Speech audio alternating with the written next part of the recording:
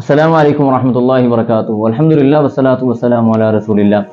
معزز سامعین اکرام، اللہ سبحانہ و تعالیٰ کے حق کے بعد اللہ تعالیٰ نے اپنے ساتھ ہی سب سے اہم اور سب سے قریب ترین جو ذکر کیا ہے وہ والدین کا ہے کہ اللہ سبحانہ و تعالیٰ کی توحید کا اقرار کرنے کے بعد معاشرے کے اندر حقوق الناس میں سے یا حقوق العباد میں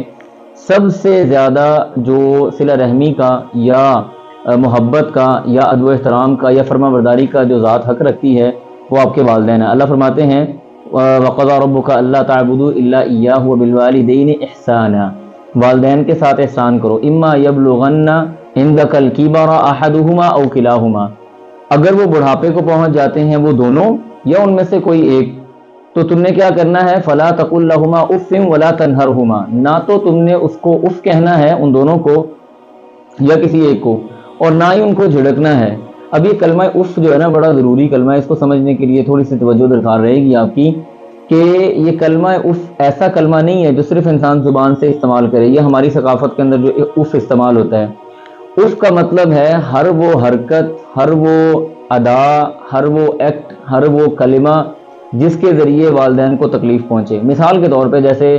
ہمارے ہاں اگر ماتھے کے اوپر تیوڑی چڑھا لی جائے، بل ڈال لیا جائے ماتھے کے اوپر، تو بعض ایسی ثقافتیں ہیں جہاں پہ اس کو اگنور کیا جاتا ہے، یہ عام بات ہے، لیکن بعض ایسی ثقافتیں ہیں جہاں پہ اس کو اچھا محسوس نہیں کیا جاتا۔ اگر آپ والدین کے کسی بھی معاملے کے اوپر اپنے ماتھے پر بل ڈال رہے ہیں تو اس کا مطلب یہ ہے کہ آپ کلمہ اف کا ارتکاب کر رہے ہیں۔ تو یہ کلمہ اف صرف لفظ نہیں ہے بلکہ ہر